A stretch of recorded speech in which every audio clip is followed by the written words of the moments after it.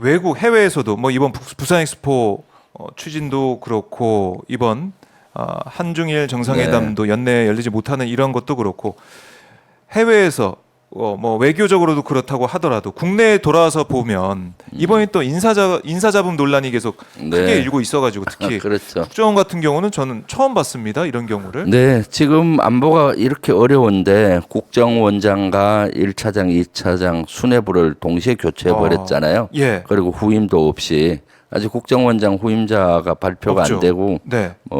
대리 근무 체제로 가고 있잖아요. 그런 것은 큰 공백이라고 보여져요. 그러니까 이게 뭐 들어보면은 뭐 외교 라인, 외교 라인과 국정원 라인이 뭐 알력 다툼을 했다. 네. 뭐 아니면은 문재인 정부 때 있었던 사람들을 다 날려라라는 거기에 대해서 국정원 내부에서 뭐 또 저항이 있었다.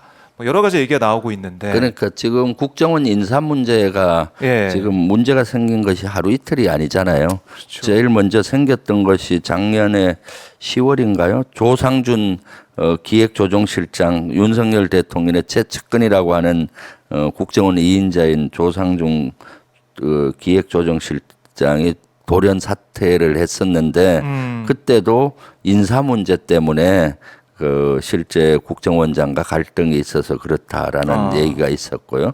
그리고 지난 6월에는 김 원장 측근 간부의 인사 개입으로 인해서 대통령이 제각까지 했던 1급 인사들 다 다시 무더기로 취소하는 사건까지 있었잖아요. 이번에도 마찬가지 인사를 했는데 아마 김규원 원장하고 그 측근인 김모 비서실장 전 비서실장이죠. 이런 사람들이 관여한 인사가 문재인 정부 때 핵심 역할을 한 사람들을 내쳐야 된다. 뭐 이런 것들을 갈등을 1차장하고 했다. 이런 거 아닙니까?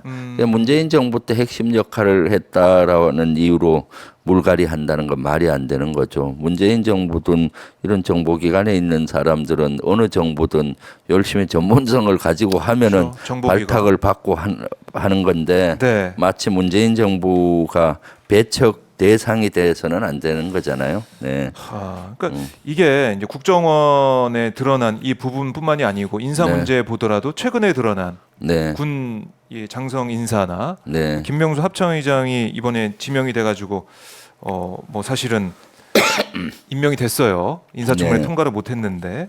군 인사도 그렇고 문재인 지우기 계속하고 문재인 있다는 정부 지우기의 일환으로 이번에 인사가 됐다고 보여져요. 왜냐하면은 윤석열 정부 들어와서 포스타 인사들을 3스타에서 포스타를 다 진급을 한 명 외에는 6명을 다 진급을 시켰고 그런데 그 인원들도 1년 반 임무 수행하는 걸 보니까 문재인 정부 사람으로서 핵심을 역할을 한 것처럼 보이니까 7명 대장을 전부 다 물갈이 해버린 거예요. 다 내쳐버리고 3스타 별 3개에서 전부 대장 승진을 시키고 그 중에 한 명을 합참의장 후보자로 이렇게 내세웠잖아요.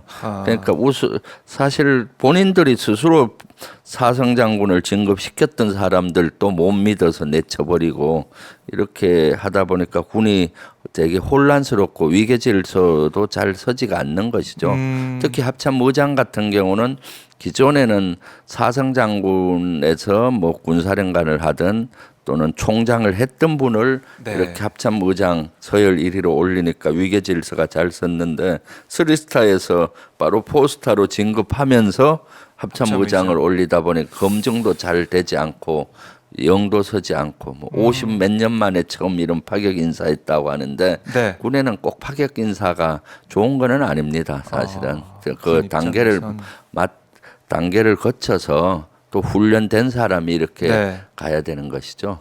그리고 김명수 합참의장 후보자는 말도 많고 탈도 많았잖아요. 인사청문회도 제대로 마치지가 않았고 업무 중에 뭐 주식 투자 문제, 또 학폭 문제, 골프 문제 뭐 등등 그리고 작전 실패 문제 이런 것들이 드러나서 청문회도 거치지 중간에 그만둔 상태였는데 이를 받아들이지 않고 결국은 임명을 했죠. 그래서 윤석열 정부 대통령의 어떤 국민에 대한 오망한 자세 네. 또는 뭐 편협된 자세 이런 것들이 보여졌던 것 같고요.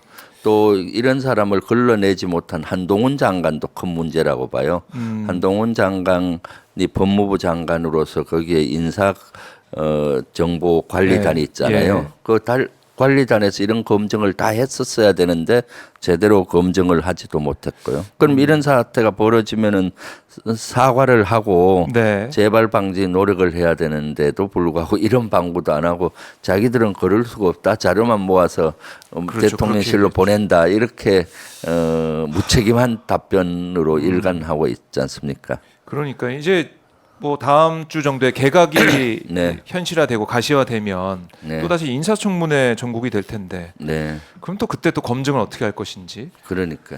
국민들은 참 인사 검증이 제대로 되고 있느냐 계속 묻고 있는데 네. 인사 참사는 계속 이어지는 것 같아요. 네, 그렇습니다. 근데 이런 상황에서도 한동훈 장관 얘기하셨으니까 네. 한동훈 장관이 뭐 지난주 같은 경우는 지지난주부터 해서 대구, 뭐 지난주 대전, 울산 뭐 전국을 돌면서 거의 뭐 팬들과 사진 많이 찍어주고 또 거기 네. 가서 정치적인 멘트도 하고 사실 정치인의 행보를 보이고 있다라는 해석이 나오고 있는데 어떻습니까? 제가 보니까 총선 리허설 하는 것 같아요. 아 총선 리허설.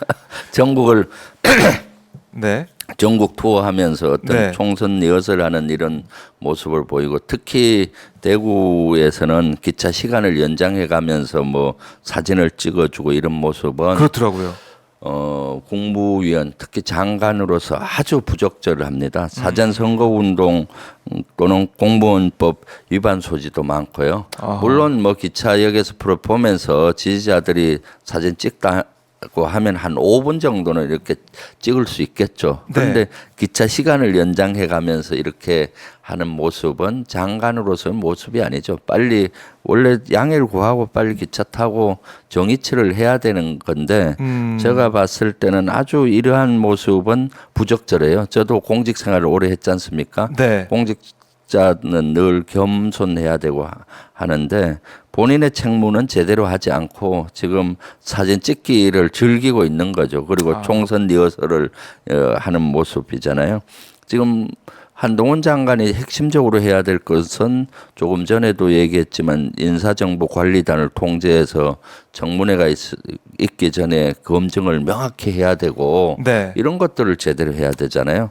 진짜 한동훈 장관은 기본이 안 된 사람으로 저는 인식을 하고 있어요. 전에 그래요?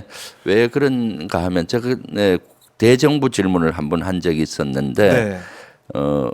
법무부에서 통제하는 시설 중에 하나가 교정시설입니다.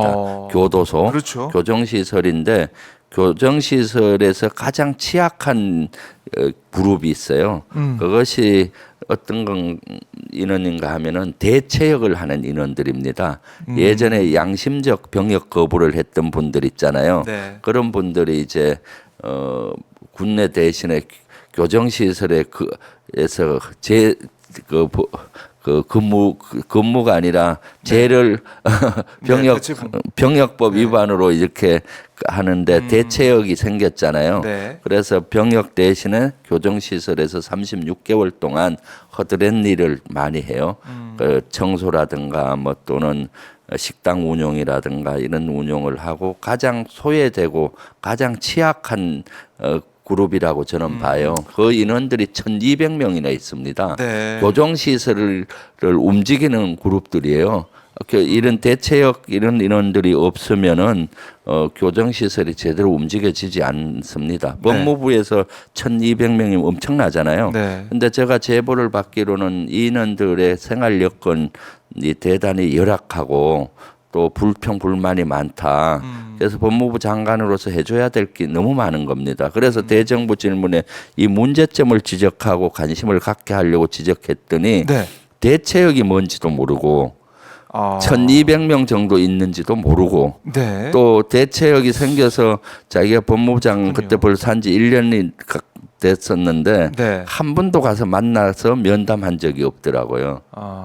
그리고 대래 제가 질문지를 안 주고 질문한다고 오히려 그 꼬리를 잡아서 그래요? 적반하장격으로 아니 대정부 질문에 질에서도 안 주고 질문하느냐라고 오히려 저를 혼내는 형식으로 얘기를 해서 너무 어이가 없었죠. 그래서 왜 그러면 좋다 면담이라도 한번 해봤냐 하니까 역대 장관들은 면담한 적 없다는 식으로 얘기해서 이거 생긴 지 2년밖에 안 된다. 뭔 역대 법무부 장관이냐라고 네. 제가 혼쭐을 낸 기억이 있는데 이와 같이 기본을 해야 되는데 기본은 안 하고 지금 네. 뭐 사진 찍기 놀이나 하고 총선 리허설처럼 보이는 이러한 행동을 하는 것은 국무위원으로서 네. 장관으로서 아주 부적절한 처사라고 보여지고 이런 거 하고 싶으면 빨리 그만두고 빨리 정치인으로 변신을 해서 해야 되겠죠. 네. 정치인의 모습만 보이고 있고 국무위원으로서 장관으로서의 역할은 제대로 못 하고 있다 이렇게 만약에 지적하시는데. 예. 국방부 장관이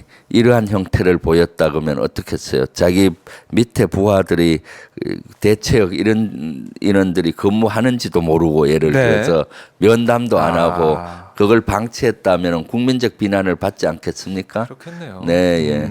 네. 그걸 한번 생각을 해봐야 된다 이런 네. 말씀이시고